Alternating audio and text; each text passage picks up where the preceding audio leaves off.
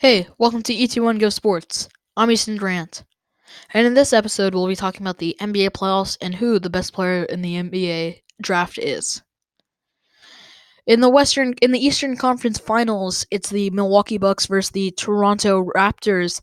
The leading scorer on the Raptors is Kawhi Leonard with 31.8 points per game.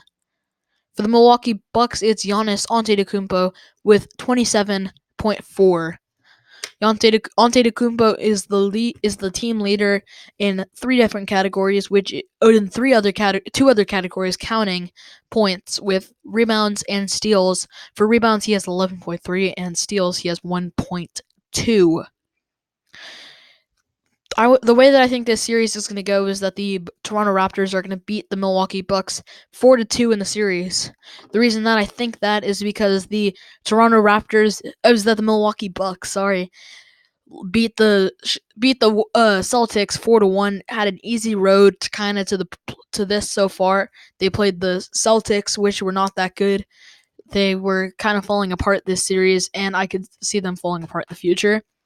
The Toronto Raptors had to battle into Game 7, where Kawhi hit a fantastic shot to win the game with a buzzer beater shot. For the Golden State Warriors versus the Portland Trailblazers, the team leader for the Warriors is Kevin Durant with 34.2 points per game, and for the Portland Trailblazers, it's Damian Lillard. It's Damian Lillard with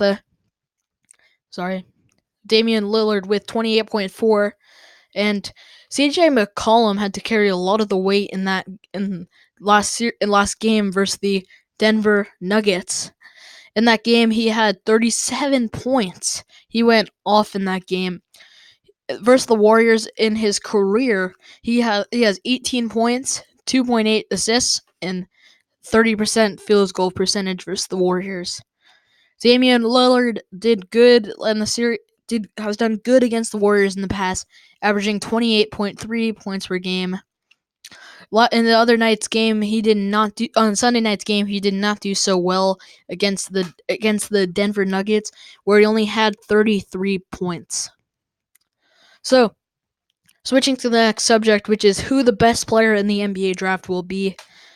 My pick right away, it's gonna be Ja Morant or Zion Williamson. The reason that I say this is because they were one of the two best players in the country in the NBA in NCAA. The only reason that I will pick Ja Morant ahead of Zion is because Zion will struggle in his first 10 games because every player in the league will want to lock him down and block him. This is because he is, quote, the next LeBron. The number one pick will probably be Zion no matter what, and the number two will be Ja Morant.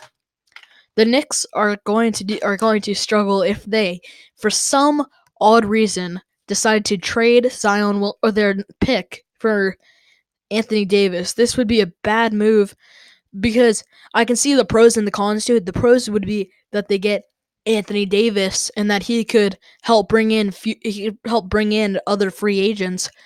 But Zion Williamson is Zion Williamson. Although it is a gamble kind of to not trade him. They should, so that way they have a franchise player and they have a young franchise player, because Anthony Davis is not that old. But Zion is right out of college. Anthony Davis is 26 years old, and Zion is much, much less than him. Well, I don't mean much.